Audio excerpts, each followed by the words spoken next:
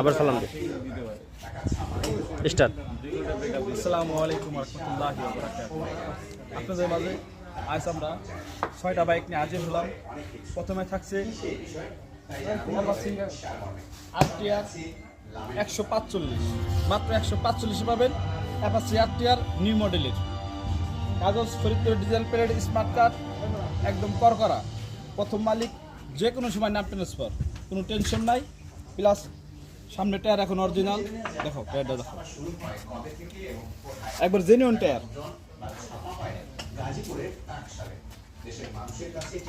Engine একদম untouch engine.